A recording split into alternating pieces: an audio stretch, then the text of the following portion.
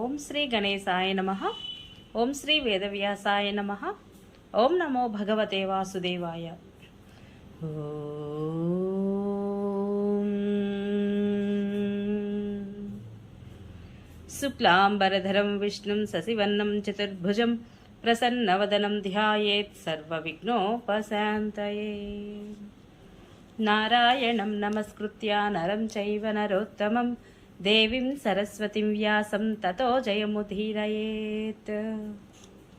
అనగా నారాయణ స్వరూపుడైన శ్రీకృష్ణుడికి, నరోత్తముడైన అర్జునుడికి, వారి లీలలను ప్రకటించే సరస్వతీదేవికి, దానిని రచించిన వ్యాసునికి నమస్కరించి అసుర భావాలను తొలగించి అంతఃకరణ శుద్ధిని కలిగించే మహాభారత గ్రంథ పారాయణకు ప్రేరేపించిన శ్రీకృష్ణ భగవానుడిని ప్రార్థిస్తూ ఈరోజు పారాయణలోనికి వెళదాం. మరి హరే కృష్ణ. అందరికీ నమస్కారం. మహాభారత గ్రంథ పారాయణలో భాగంగా మనం ఈరోజు 207వ రోజుకు చేరుకున్నాము. నిన్న మనము దౌమ్యుడు సేవ ధర్మాలను గురించి తెలపడం జరిగింది కదా.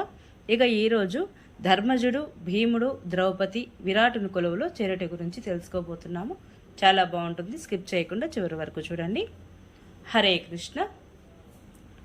వైశంపాయనుడు చెబుతున్నాడు, అనంతరం పాండవులు యమునా నది సమీపానికి చేరుకొని దాని దక్షిణ తీరం వెంబడి సాగిపోయారు. వారు కాలినడకనే వెళ్ళసాగారు. వారు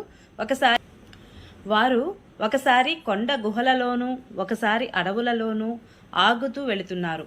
ముందుకు వెళ్ళి వారు దశార్ణ దేశానికి ఉత్తరంగాను, పాంచాల దేశానికి దక్షిణంగాను ఉన్న యాక్రుల్లోమ, సూరసేన దేశాల మధ్య నుండి ప్రయాణిస్తున్నారు.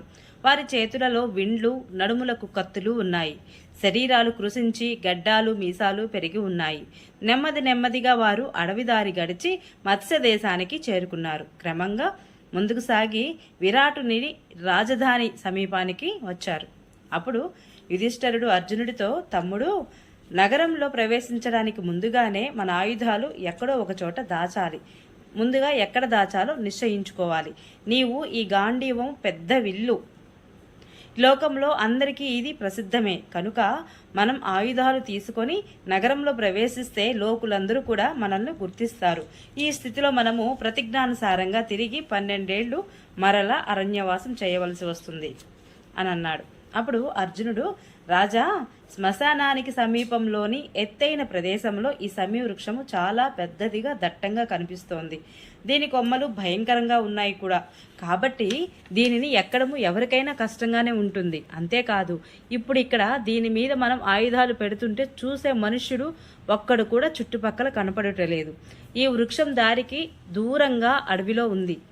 దీని చుట్టుపక్కల క్రూర మృగాలు, సర్పాలు మొదలైనవి ఉన్నాయి. కాబట్టి దీని మీదనే మన ఆయుధాలు పెట్టి మనం నగరానికి ప్రవేశించుదాము. అక్కడ మన అదృష్టం కొద్దీ కాలం గడుపుదాము అన్నాడు. అప్పుడు వైశంపాయనుడు చెబుతున్నాడు, ధర్మరాజుతో ఇలా చెప్పి అర్జునుడు అస్త్రశస్త్రాలు అక్కడ పెట్టే ప్రయత్నం చేయసాగాడు. ముందుగా అందరూ తమ తమ ధనుస్సులకు అల్లెత్రాళ్లను విప్పారు.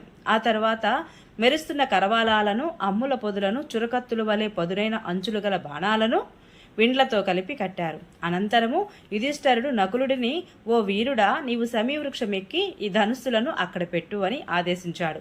అతడు ఆదేశించగానే నకులుడు ఆ చెట్టెక్కి వర్షానికి తడవడానికి వీలు లేని తొర్రలో అన్ని ధనస్సులను పెట్టి ఒక బలమైన త్రాటిలో కొమ్మకు దానిని గట్టిగా కట్టాడు. ఆ తర్వాత పాండవులు ఒక చచ్చిన శవాన్ని తెచ్చి దానిని చెట్టుకు వేలాడదీశారు. దాని దుర్గంధం కారణంగా ఆ చెట్టు సమీపానికి ఎవ్వరు కూడా రాకూడదని భావించి అలా చేశారు. ఈ ఏర్పాటంతా చేశాక యుధిష్ఠిరుడు తమ అన్నదమ్ములందరికీ వరుసగా జయుడు, జయంతుడు, విజయుడు, జయత్సేనుడు, జయద్బలుడు అని రహస్యనామాలు ఉంచాడు. అనంతరము వారు తమ ప్రతిజ్ఞానుసారంగా అజ్ఞాతవాసం చేయడానికి విరాటుని యొక్క నగరానికి ప్రవేశించారు. నగర ప్రవేశానికి ముందు యుధిష్ఠిరుడు తమ్ముళ్ళందరితో కలిసి త్రిభువనేశ్వరి అయినటువంటి దుర్గామాతను స్తోత్రం చేశాడు. దేవి ప్రసన్నురాలయ్యింది. ఆమె ప్రత్యక్షమై విజయము, రాజ్యప్రాప్తి కలుగుతాయని వరమిచ్చింది. అంతేకాక విరాట నగరంలో వారిని ఎవరూ గుర్తించలేరని కూడా దేవి అనుగ్రహించింది. అనంతరం వారు విరాటుని సభకు వెళ్లారు. విరాట మహారాజు కొలువు తీరి ఉన్నాడు. అందరికంటే ముందు యుధిష్ఠిరుడు కొలువుకు చేరుకున్నాడు. అతడు పాచికలను కొంగుకు ముడివేసుకొని తెచ్చుకున్నాడు. అక్కడకు వచ్చి అతడు విరాట మహారాజునకు, సార్వభౌమ, నేను ఒక బ్రాహ్మణుడిని, నా సర్వస్వం కోల్పోయాను, కాబట్టి నేను జీవిక కోసము మీ వద్దకు వచ్చాను, మీ ఇష్టానుసారంగా పనులన్నీ చక్కబెడుతూ మీ దగ్గరే ఉండాలనుకుంటున్నాను అని విన్నవించుకున్నాడు. అప్పుడు రాజు చాలా ఆనందంగా అతనిని ఆహ్వానించాడు. అతని విన్నపాన్ని అంగీకరించాడు. ఆదరంగా, ఓ బ్రాహ్మణోత్తమ, మీరు ఏ రాజు రాజ్యాన్ని నుండి ఇక్కడకు శ్రమపడి వచ్చారో తెలుసుకోవాలనుకుంటున్నాను. మీ పేరేమిటి, గోత్రమేమిటి, మీకు ఏ ఏ విద్యలు తెలుసును అని ప్రశ్నించాడు. అప్పుడు యుధిష్ఠిరుడు, రాజా, నేను వ్యాఘ్రపాద గోత్రోద్భవుడిని, నా పేరు కంకుడు. పూర్వం నేను యుధిష్ఠిరుని దగ్గర ఉండేవాడిని. జూదం ఆడేవారిలో పాచకులు విసిరే విద్యలో నాకు విశేష ప్రజ్ఞ ఉంది అని చెప్పాడు. అప్పుడు విరాటుడు, కంక, నీవు నాకు మిత్రుడివి, నేను ఉపయోగించే వాహనం వంటిదే నీకు ఉంటుంది. వస్త్రాలు, అన్నపానీయాలు, తాంబూలము మొదలైన ఏర్పాట్లన్నీ చాలినంతగా ఉంటాయి. రాజ్యము, కోసము, సేన మొదలైన బాహ్య విషయాలు, ధనదాన ఆంతరంగిక విషయాలు, వీటి సంరక్షణ నీ మీదే విడిచిపెడుతున్నాను. నీ కోసము రాజభవన ద్వారాలు ఎప్పుడూ తెరచే ఉంటాయి. నీకు తెరచాటు ఏమీ ఉండదు. జీవనాధారం లేక బాధలు పడేవారు నీ దగ్గరకు వచ్చి యాచిస్తే వారి ప్రార్థనను ఎప్పుడైనా సరే నాకు నీవు చెప్పవచ్చును. నీవు నాకు ఏమి చెప్పాలన్నా భయం కానీ సంకోచం కానీ అక్కర్లేదు అన్నాడు. రాజుతో ఈ రకంగా సంభాషించి యుధిష్ఠిరుడు మిక్కిలి గౌరవంగా అక్కడ సుఖంగా ఉండసాగాడు. అతని గుట్టు ఎవరికీ తెలియలేదు. తదనంతరము సింహం వలె దర్పమైన నడకతో భీమసేనుడు రాజదర్బారుకు వచ్చాడు. అతని చేతిలో చిన్నది పెద్దది 2 గరిటెలు, కూరలు తరుగుకునే ఒక నల్లని ఇనుప కత్తి ఉన్నాయి. వేషమైతే వంటలవాడే కాని శరీరము కాంతిమంతంగా ఉంది. అతడు వస్తూనే, రాజా, నా పేరు వల్లవుడు, నాకు వంట పని తెలుసును, నేను మంచి భోజనం వండగలను, నన్ను మీరు ఆ పనికి వినియోగించండి అన్నాడు. అప్పుడు విరాటుడు, వల్లవా, నీవు వంటవాడివి అంటే నేను నమ్మలేకపోతున్నాను.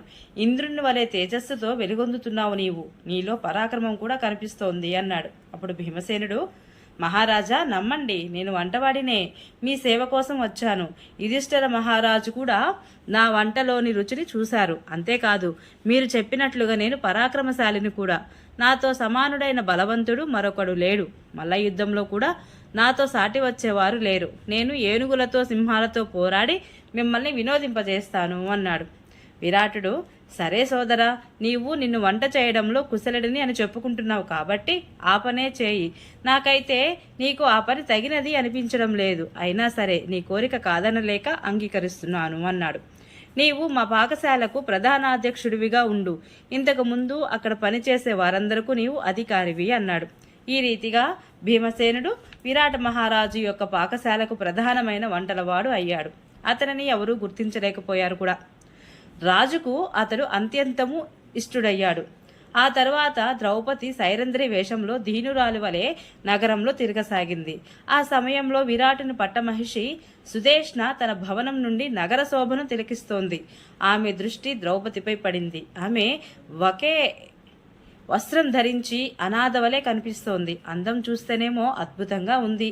రాణి ఆమెను తన వద్దకు పిలిపించి, ఓ కళ్యాణి, నీవు ఎవరివి, ఏం చేస్తావు అని అడిగింది. అప్పుడు ద్రౌపది, మహారాణి, నేను సైరంధ్రిని, నాకు తగిన పని కావాలనుకుంటున్నాను, నన్ను నియోగించిన వారికి పనులు చేసి పెడతాను అని చెప్పింది.